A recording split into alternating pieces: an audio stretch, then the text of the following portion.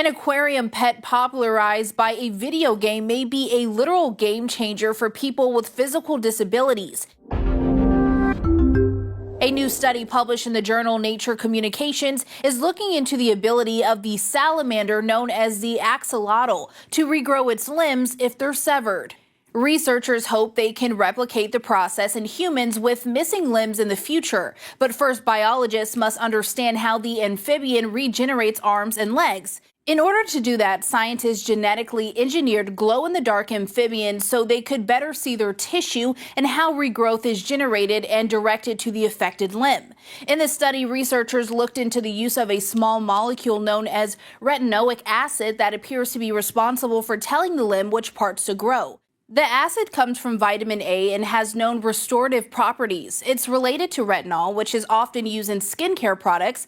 The amphibian's glow-in-the-dark tissues helped biologists monitor the presence of the acid and track it after they severed the arms of the amphibians. Scientists reassure those concerned they use anesthesia before amputation and closely track the animal's health. They say the animals did not exhibit signs of pain or distress after limb amputation the way mammals might, and the limbs regenerated full within weeks. Some amphibians were dosed with drugs blocking the acid, which led to limbs growing in the wrong places, like an upper arm growing where a forearm should be. The control group, which didn't receive any drugs, saw limbs regrown normally. Researchers say this shows the acid works as a sort of GPS directing cells where to go to regrow the arm or leg. Biologists note they're far from regenerating human limbs, but believe this research is one of the first steps toward achieving that goal. They say better understanding these amphibians will help them understand human DNA and how to direct toward limb regeneration. Researchers say we have the ability to grow limbs as embryos. We just need to find out how to stimulate that growth within our cells to regenerate missing limbs once we're born. That entails sending the right signals to cells. Axolotls are listed as critically endangered in the wild, but popular in pet stores, with most now being bred in captivity. Biologists note their popularity rose with a 2021 appearance in the video game Minecraft, the first video game to sell more than 300 million copies. Following the release of Minecraft, demand for the amphibian soared, with some retailers reporting a doubling in price, according to NPR. At least 7 people have died in South Africa's Eastern Cape province due to flooding caused by severe weather conditions, with fears the death toll may rise. A powerful winter storm has swept across the country since the weekend, bringing bitter cold, snow and flooding to several provinces. The Eastern Cape has been the hardest hit, with the SA Weather Service warning of a high risk of flooding, with closed roads and dangerous travel conditions. Disaster management teams and emergency services have been deployed to the hardest hit areas. Nearly 500,000 homes were also left without electricity following the storm. Parts of South Africa received snowfalls during its winter months, but forecasters had warned last week that a particularly strong cold front was about to hit the country. It's a somber record. Nearly 1.3 million Haitians have been forced to flee their homes due to violence, the highest number ever recorded in the country. Haiti has been the victim of gang violence for years, with the epicenter in the capital, Port-au-Prince. But the crisis has been spreading to other parts of the country, forcing more people to become internally displaced. The number of refugees has increased by 24% since December 2024, according to the International Organization for Migration. As a result, many Haitians now face life in makeshift shelters, without access to healthcare, schools and clean water. Humanitarian aid is essential to survival for large parts of the population. And civilians also remain the main victims of the gang violence. Reports of killings, kidnappings and rape continue to emerge from the fragile country. International efforts to curb the violence, notably a Kenyan-led police mission, have so far not sustainably improved the situation. For Haitians, the crisis is likely set to continue. 49 people have been confirmed dead after heavy floods and torrential rain swept through South Africa's Ortambo district In a separate incident, a minibus carrying school children was also swept away in heavy floods in the Eastern Cape province that resulted in the death of 4 children. Additionally, 4 more children continue to remain lost. Relentless downpour and snowfall lashed the eastern and southern provinces, with the entire country experiencing extreme winter weather conditions for over a week. Now, according to the government, several hundred people have been displaced, mainly from Ortambo. Many of those affected have been relocated to schools and town halls. Weather officials have reported visible blankets of snow on the mountains between Barkly East and Kowa in the Eastern Cape.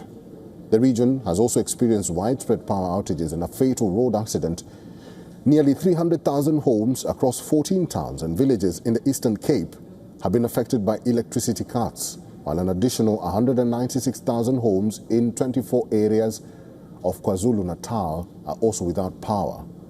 The South African Weather Service has now forecast several days of disruptive rain and snow, with a cold front sweeping across large swathes of the country. Authorities have been prompted to close portions of major highways. South Africa often sees snowfall during its winter months from June to August, with temperatures frequently dropping below freezing point. Flooding is also a recurring challenge, and scientists warn that climate change is intensifying rainfall patterns across the region.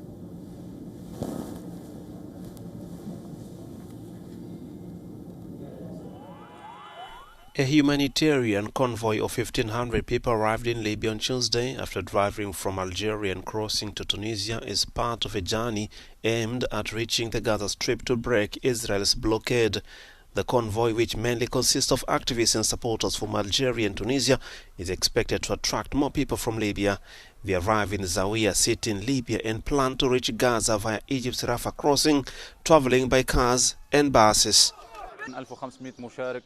We have 1,500 participants coming from Tunisia, and the number may increase, and there may be also additional participants. The reason for participation is to pressure for the opening of the Rafah crossing and bringing in aid to the Gaza Strip, which is suffering greatly as a result of the Zionist siege. The group is expected to cross the border into Egypt, where they are expected to reach Cairo before heading to Rafah. I'm urging all the free people of the world to set out in land, sea and air convoys to reach Gaza in spite of the brutality and threats of the Zionist entity. According to the organizers, more participants are expected to join the convoy. We set off in a group of buses and cars. Every time we pass through Algerian cities, many others will catch up with us until we reach the Tunisian border, our sister country, Tunisia. The activists began their journey to protest Israel's military campaign in Gaza, one of the deadliest and most destructive wars since World War II, as well as the blocking of humanitarian aid. Experts have warned of famine in the territory of over 2 million people unless blockade is lifted and Israel ends its military offensive.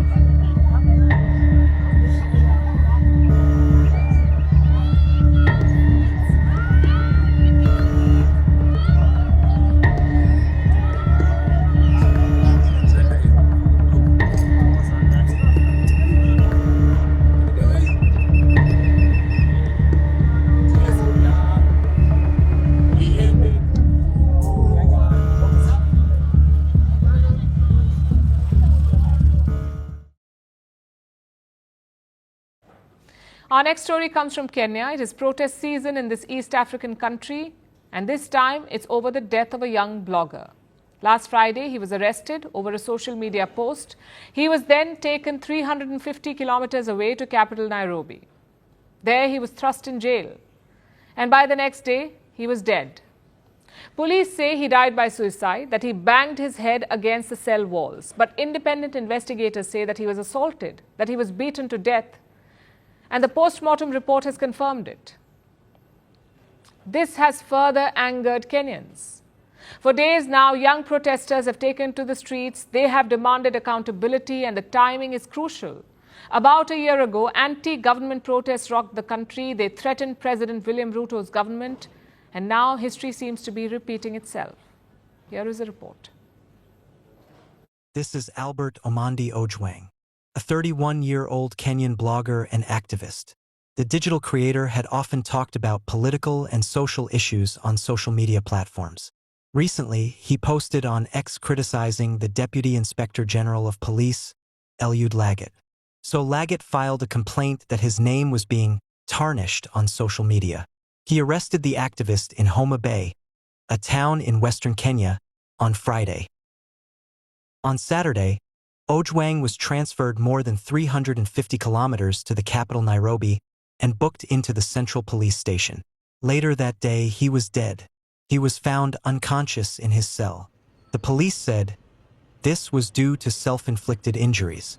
They claimed that the activist, quote-unquote, sustained head injuries after hitting his head against a cell wall, that he had killed himself. And this has sparked massive outrage in Kenya. This week, hundreds of people have taken to the streets. They have staged protests in Nairobi, demanding that police be held accountable. Some protesters have clashed with the police after officers used tear gas on activists multiple times. He cannot instruct police officers 400 kilometers away to pick an individual and bring him all the way to Central Police Station. This is the highest impunity that we are seeing in this country. We cannot allow this trend to happen. The Ojwang family has blamed the police for the death. They say that the body bore signs of severe physical trauma, including swelling on the head, nose, and ears, which is inconsistent with a single impact against a wall. So Kenya's Independent Policing Oversight Authority launched an inquiry into his death earlier this week. And now the report is out. It says that the cause of death is very clear. Everything points towards assault. This comes as no surprise to Kenyans who are all too familiar with police violence in the country, and it has further spurred backlash amid mounting anger. After all, the blogger's death comes as Kenya approaches its one-year anniversary of the youth uprising. Over the past decade, Kenya has seen several protests over the cost of living. But last year's protests against government corruption and tax reforms took a new turn. The state responded with force, killing dozens of protesters. But this did not break the spirit of the uprising. It gave voice to a new generation of citizens, forcing President William Ruto to veto his own bill and fire his cabinet. 1 year later, economic frustrations remain high. Joblessness is still a major issue, and youth-led movement remains a potent threat to Ruto. Amid this, Ojwang's death has made matters worse for his government. Ruto says that he is shocked by Ojwang's death. He has called it a heartbreaking and unacceptable occurrence. But protesters want more than just empty words of consolation. They are seriously lying to us. They are killing us and keep on lying to us. We will not accept that at all. Albert Ojwang must get justice. We will be here every day. This is just the beginning. We were here yesterday, and we will be here up to the June 25th, 2025. It will be the culmination of demonstrations for everything, including the protest against the Finance Bill 2025. Amid renewed calls for government accountability, Ruto should know that history could repeat itself if words are not replaced by action.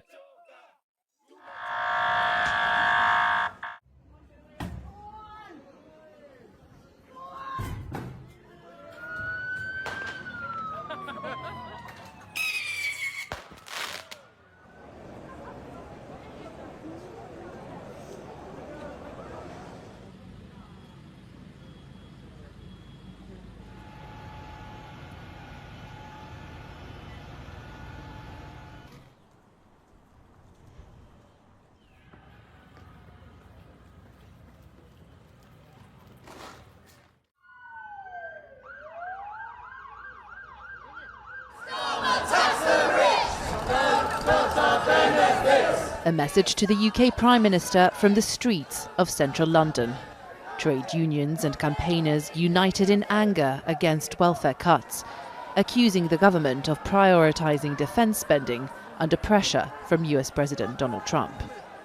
Whatever the government wants to pay for, it should be doing it through taxing the wealthy. We oppose what they are doing in terms of supplying arms to Israel. What I want from Keir Starmer is for him to deliver on the original manifesto that he had pledged to us when he was running for office.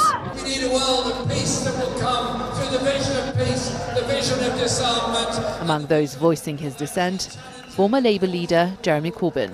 My view is that we could achieve far more by investing in ending poverty, by ending the two-child benefit cap, by not cutting disability benefits but by increasing benefits to people with disability, and they will spend that money in the community. The people will never be defeated! The government argues that Britain must be battle-ready at a time of global instability and that investment in defence can create jobs. But with more cuts to benefits expected to be announced next week, few here are convinced by that argument. Well, there is a lot of anger here among people. They're saying that these cuts will disproportionately affect the most vulnerable in society who are already struggling to get by, and that for them, life could get even more difficult. Paula Peters fears she could lose her benefits. No one's immune from disability. It can happen to anyone at any time. That happened to me. I had a breakdown at my desk. I lost my security clearance and was out of a job. People should get the treatment, the support, and the respect, to be able to not live in fear of having your support taken away every day. It's like a huge, great big black cloud is just hanging above you all the time. It's horrible. She's joined Saturday's march, hoping, like many here, that her voice can pressure the government to rethink what to spend on and what to cut. Milena Veselinovic, Al Jazeera, London. California Governor Gavin Newsom said Tuesday that democracy is under assault in Los Angeles after President Trump ordered 4,000 National Guardsmen and 700 U.S. Marines to quell protests in the city. Now demonstrations against ICE are spreading to other major cities, including Atlanta, Chicago, and New York.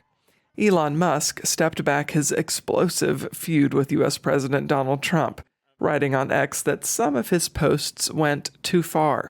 On Sunday, Trump told NBC's Kristen Welker that he has no desire to repair their relationship. And monitoring agencies say Taiwan has been struck by a magnitude 5.9 earthquake off its eastern coast. There were no immediate reports of major damage.